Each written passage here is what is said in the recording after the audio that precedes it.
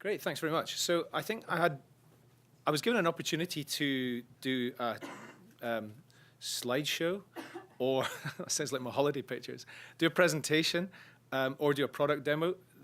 I've got the product there and I might go and show some of it, but to be honest, what we're doing is a little bit different. And for me, this whole year has been about setting the scene and the background and what it's all about, because we've taken very much a sophisticated marketing kind of product technology into recruitment, and we're using it for what we call talent pipelining. So just before I talk more about that, definitions, I think this is really important because we're using these terms interchangeably, and I don't think they should be. So for me, a talent pool is a database and nothing more. A talent community only exists when all the members can interact with each other. A talent pool is not a talent community. Your ATS data is not a talent community. A talent pipeline exists only when you understand who's cold, who's warm, and who's hire ready. The only way you've been able to do that up until technology has started to be able to provide some solutions has been the traditional executive search way, which is picking up the phone to the candidates and keeping in contact with them every couple of weeks, putting in a call, find out if they still like their boss. But of course, to do that at scale, to do that at executive search level, you can do it. To do it at scale, you can't do that with humans. It's just not sustainable. Another concept I think is really important is I was getting into trouble online. No, I wasn't getting into trouble, but a few people didn't like it when I said that talent acquisition teams are addicted to heroin. So I stopped using that, and I've started talking about something much softer, which is the dependency triplets. Much softer, especially when they're as cute as these three. The dependency triplets are, and I've got no problem, by the way, with job boards or with recruitment agencies or with social media, LinkedIn especially, but they've all got a place, without a doubt, but so many recruiters are absolutely addicted. The job gets signed off, the first thing they do is post 20 job board adverts all over the internet and then just sit and wait. And in fact, while they're waiting, they sit and glare at LinkedIn and go, who else and who else and who else? But the thing is, the biggest asset they have normally is actually all of that data within their applicant tracking system. Most big international organizations have literally got millions of people on their applicant tracking systems. And the irony is they spend all of this money or time or both to create shortlists of people who often are already on the ATS. When they go to onboard the people, they find they're already registered on there. So I think they need to stop doing that and they need to start weaning themselves off. The way to do that is by creating talent pipelines.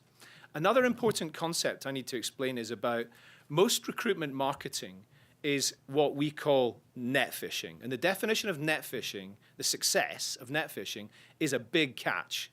But of course, when you're out fishing, and you bring in a big catch, you've got to spend a lot of time chucking back all the unusable fish.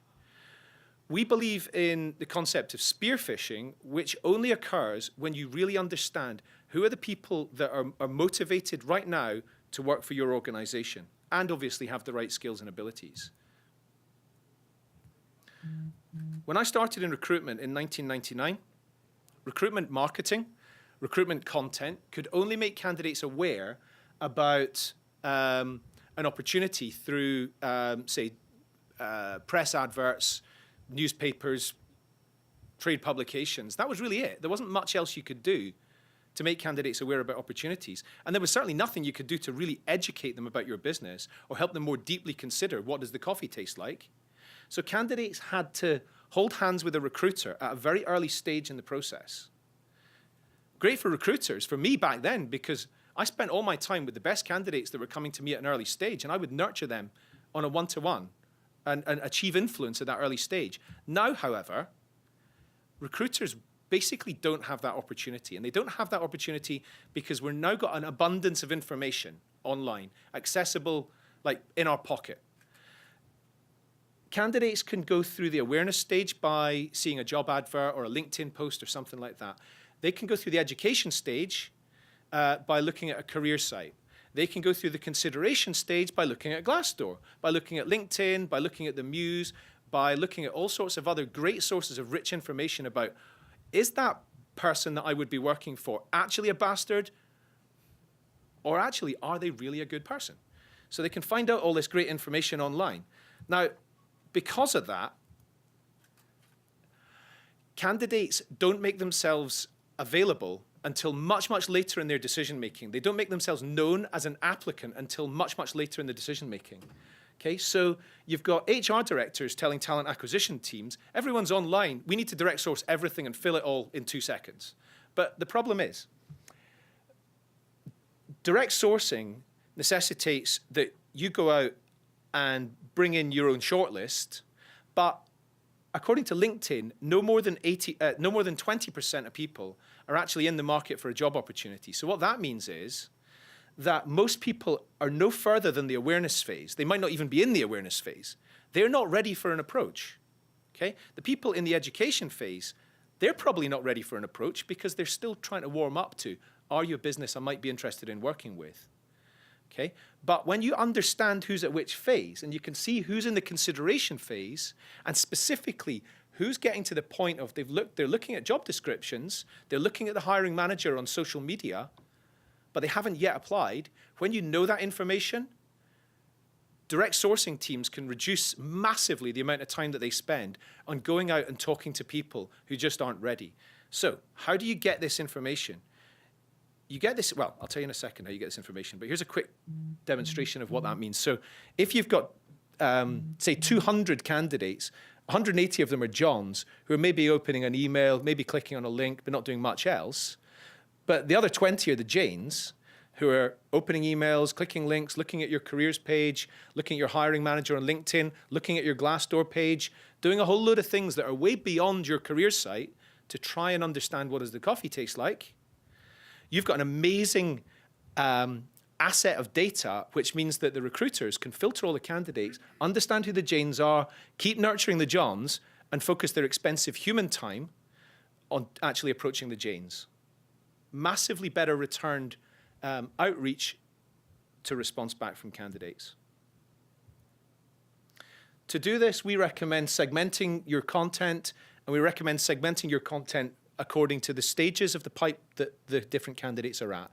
So if most people are no further than awareness, stop sending them job descriptions. That's really pissing them off.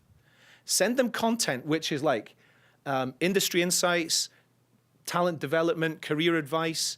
Simple rule is, if it's going to help them get ahead in their career, they will want that.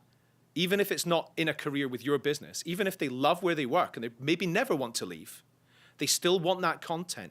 And if it's authored by somebody that's got the same technical background as them, not you, the recruiter, but the persons who they would be working for, or maybe even their boss, then they're going to respect that person's opinion because it's what people do. Recruiters listen to recruiters, IT people listen to IT people, finance people listen to finance people, and that's just what happens. So we recommend segmenting your content. Now, really understanding which channels do the individuals prefer, which content formats do these people prefer, and most importantly, at which stage of the pipeline is it they're at. And once you can understand these things, you can start to serve up a highly, highly personalized nurture experience. Okay? So to do this, or to gain the insights, what our clients are doing using Candidate ID is they're applying a scoring model to all of the content that gets distributed. And so if you can see down the bottom, if they're opening emails, that's a low commitment activity. That's something that's easy to do. So they might score a low number of points for opening an email. Whereas up near the end here, if they're looking at a blog, a video, or a white paper, that starts to score higher points more quickly. Along the left hand, you can see if they're looking at industry news or skills or those sorts of things. That's great. They get points. They're engaged. But they're not getting high points. That doesn't mean they're in the market for a job opportunity. When they go up near the top and they start looking at your career-focused event, your job search, your job descriptions, that's when their points start to go really up and your recruiters start to get an alert to say, go and talk to Adam. He's really getting hot for opportunities with our business. Okay?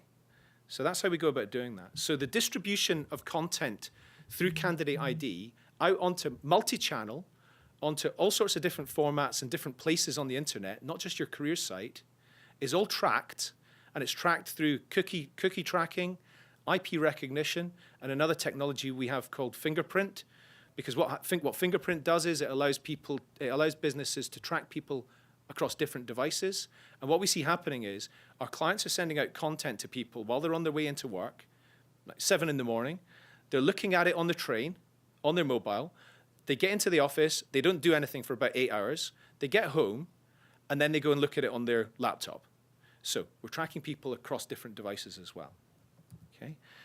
So the impact of this is, well, we've got a, okay, so our awesome dashboard allows you to see, that might be a little bit pale. I'm not sure if you can see that properly, sorry. But what you're able to see is things like, where in the world are the candidates in your database? What content formats are they looking at? What content channels are they looking at? What days of the week are working best? What times of the day are working best? And the result of all this knowledge is that you can continuously refine your talent nurturing and get better and better and better, literally every single week.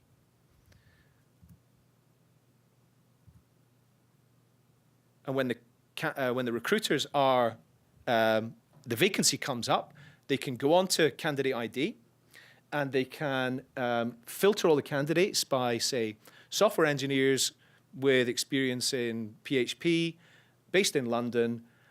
They filter by points, and then they can easily see who's up at the top, who's the highest engaged, and cross-reference between when were they last active. So the person at the very top there gets a green tick because 98 points and active 2 days ago. The next person, 96 points, active 25 days ago. If this is contractors, the person's probably gone. But if it's a mid-level sort of manager role, that person's probably in the shortlist as well. Okay, so that's how that works. So you identify those candidates that you want to talk to, and then you go into the candidate's profile, and you can get brilliant information on exactly what have they done. What emails did they open? What social media activity did they click on? What landing pages were they looking at? Exactly when they were doing it? What type of device they were doing it on? What browser were they doing it on? Did they forward it to people? How many times did they go back to it? An example of a campaign that one of our clients has done recently on Candidate ID. We believe it's important to put the hiring manager into the middle of the attraction process, as I mentioned. Simple email. If you're going to use email, we are multi-channel. However, we absolutely recommend email because it works, simply because it works. Text messaging also works, actually, but email really, really works. So simple emails with links to the right content, simple landing pages, so that they're not going to places that you maybe don't want them to go. You want to keep them on within the journey.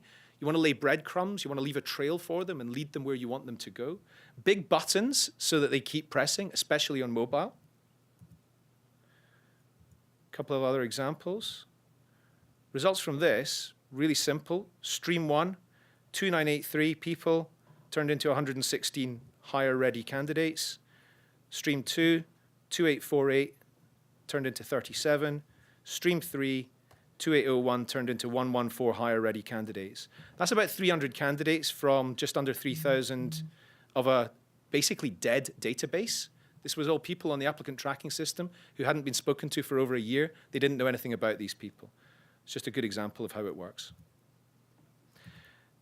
I'm conscious I'm out of time, but a couple of really quick responses to FAQs that I get. To run Candidate ID, you do need some basic understanding of digital marketing, and if you don't have it, we can help you do that. To run Candidate ID, you need a candidate database. If you don't have that, we've got a sourcing team that can help you build it. Candidate ID has an open architecture API, so we can sync to applicant tracking systems or CRM. Candidate ID provides the perfect channel for nurturing people in advance of GDPR, because the key thing about GDPR is, if you want people to continue to opt in, you need to serve them brilliant content, or they're going to be bored and they're just not going to bother. Just 3 more. In terms of stats, the big one, we've only been in the market for a year, but we see it already. On average, the blended average is our clients are reducing time to shortlist by 60% by creating powerful talent pipelines. Some of our clients include companies like Cielo Talent, Dialogue, Quintiles, Specsavers, Thermo Fisher Scientific, and Weetabix. There's a few other really big ones who wouldn't allow me to put their names on this slide. It costs £3,000 per month for up to 50,000 candidate records, which probably for most businesses is fine, because you're not going to put the plumber who applied for the economist job on here. You're only going to put the people you absolutely want to nurture. That's everything. thank you very much, and I hope it's been interesting.